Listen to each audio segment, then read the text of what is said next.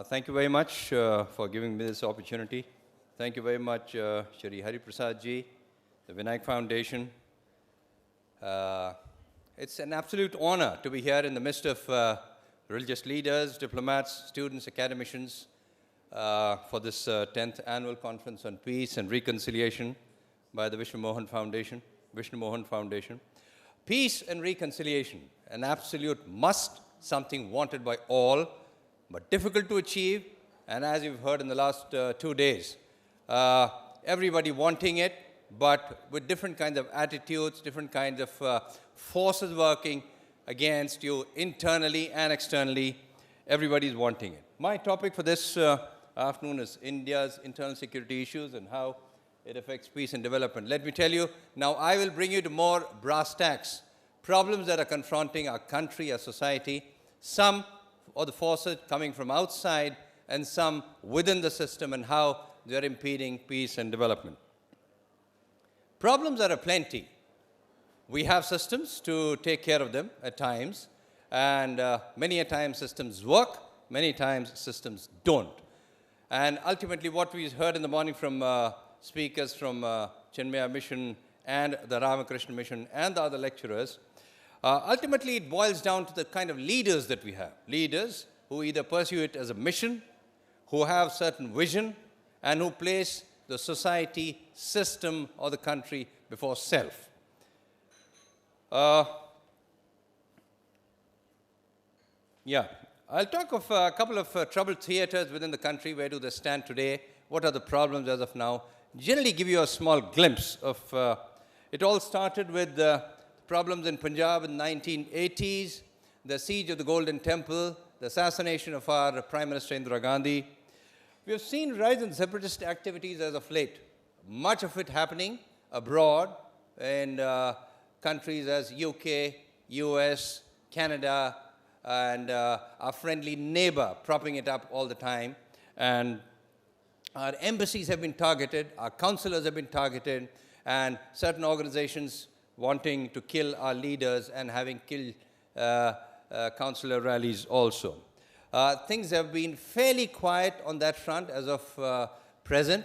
Things have been fairly controlled, and with the latest deportations that have taken place from the US, much of this business and the criminals and the others who have been there have been silent for quite some time. Next is another very favorite theater, Jammu and Kashmir. We've been seeing cross-border terrorism being propped up by a friendly neighbor who has been at it for ages by now. They have been giving military and financial support. All the main militant organizations have been active, sending across drones, weapons, drugs, and what have you. But with the recent assembly and parliamentary elections that have taken place in Kashmir, and public representatives coming into the system, I think things have fairly quietened down. Some investment also coming in J&K, and in spite of all efforts of our friendly neighbor to internationalize the issue by circular documentation as well as lawfare tactics, things have been fairly under control.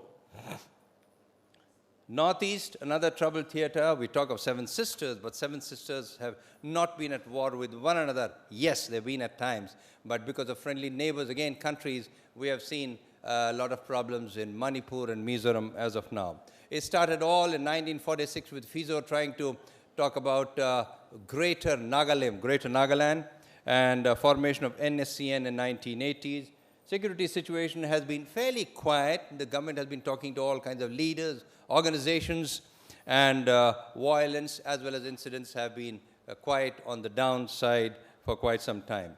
But the current government's also Look East policy and the aggressive development that is taking place on the air connectivity, on the road connectivity, as well as rail connectivity, going right up till Manipur, Imphal, and trying to go up till Dimapur also. I think things will fairly change in times to come. The latest government's initiative about the Village Vibrant program, Phase 1 and Phase 2, lays a lot of emphasis on infrastructure development and bringing in local industrial work so that people don't go away from the border areas and they become our eyes and ears at the borders. Lastly, left-wing extremism. We have been seeing this from 1967, so it's when it started with Naxalbari movement, it came down to Andhra in a very, very virulent form. But over the last 15 years, since 2010 to 2025, I think the security forces, the central forces, the states have been able to gather a lot of good intelligence, good groundwork, local support, and with phenomenal, I can tell you, infrastructural development. When districts in Chhattisgarh used to have one mobile tower, today there are more than 5,000 towers have been built. Road connectivity is very good, and things are fairly under control. And with the kind of successes that we have seen in the last 2024 and now 25, Maoists have been wanting to get into talks, and why not? We have not had talks with Maoists at any time when we have been talking to all kinds of insurgents and organizations in Punjab, J&K, and Northeast. I think let's give them a chance, and maybe we can strike peace here also. Let's talk of some internal systems that we have. Courts, and I've quoted just some figures, I will not quote them, whether you talk of district courts, high courts, or Supreme Courts. The amount of pendencies, and I've highlighted just those which are over 10 years. Mind you, and I have been tackling the high courts and Supreme Courts. I think 99% of the people sitting here, we cannot pursue our cases in the high courts and Supreme Courts for the kind of money that they charge. It is beyond the reach of the common man and beyond the reach of most of the people here also.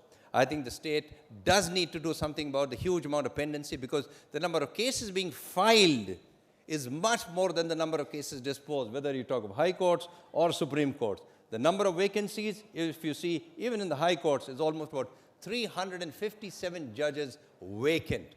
That is not how you do justice. I think we have had National Judicial Appointments Commission, International Indian Judicial Service made an attempt. We have fast-track courts, alternative dispute resolution systems, but the system is creaking. And I think government will have to do something very serious about it in the times to come.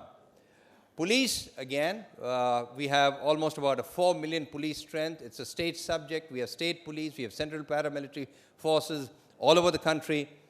The huge vacancies, almost about 0.6 million vacancies exist. One of the figures that you must see about it, the number of cases registered all over the country is about 6 million. That is not too much. But what is of concern is almost about 5 million people have been arrested in the year 2022. If 5 million people are arrested and they are incarcerated, go to the prison, rub shoulders with not only under trials, but those who have not pre-trial. You see, when you come out of that prison and you have rubbed shoulders with criminals, mafias, you're going to come out a changed man. You're not going to come out a normal person. State needs to think about it, or the overuse of arrest procedures. I'm a policeman, but I'm worried that if we overuse this, I think the person who comes out of the prison, 5 million of them in the year 2022, they don't come out as normal people. And more often than not, they kind of start doing the same business again and again. Then prisons, like I told you, are overcrowded. I just quoted the figure in the last line. 21 out of 36 states have more than 100% capacity in the prisons. Whatever is this capacity, many, many more people are lodged there.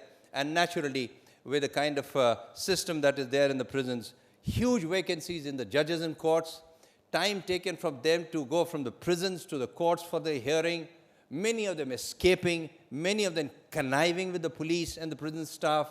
Systems are reeking with corruption and mismanagement.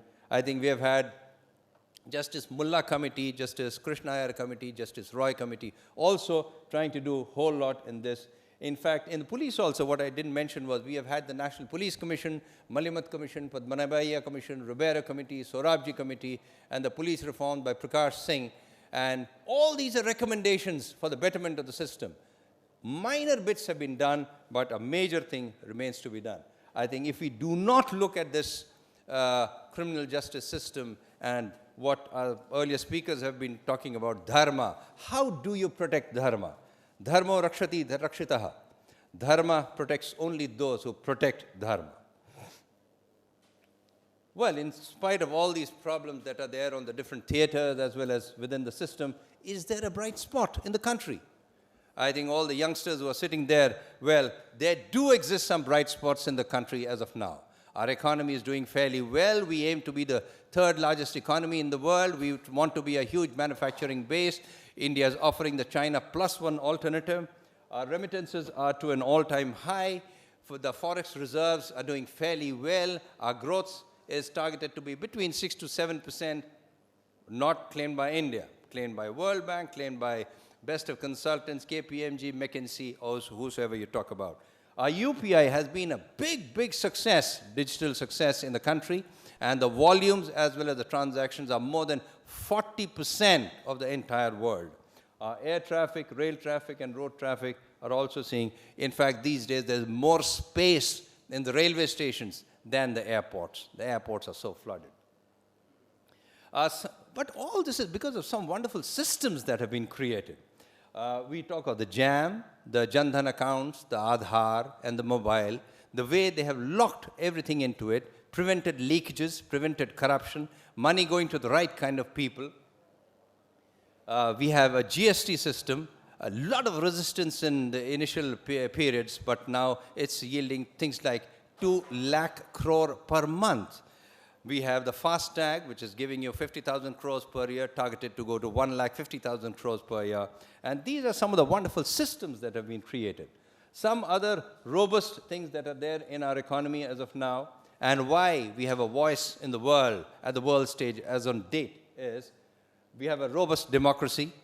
EVMs are to be blamed when the government in power comes back again, and not to be blamed when the opposition comes to power. The introduction of VVPAT to bring in more transparency, and the current efforts of the Election Commission to link up your Aadhaar will bring about more and more transparency and credibility to the voting system. Our demographic index, we have a huge advantage, with 2018 being the land watershed year when the working population exceeded that which was in the retirement age. We have the largest STEM products which are coming out at almost about 2.5 million a year. Huge diaspora all over the world. Indian students, almost 1.3 million. You'll be surprised, countries like Kyrgyzstan, Uzbekistan, and Tajikistan have more than 1 lakh Indian students doing medical.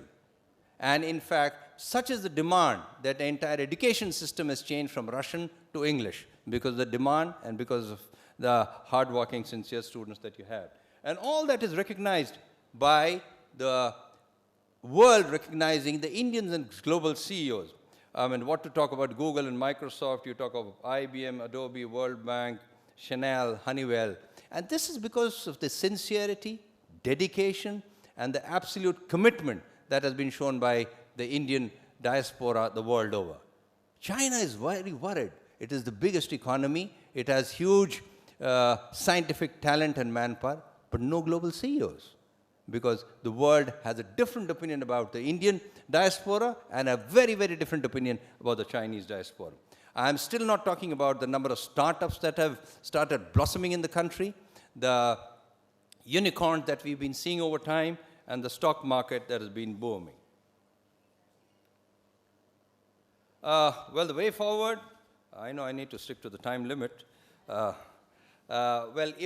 Way forward, even the Upanishads talked about it, which form the philosophical and the spiritual part of the Vedas.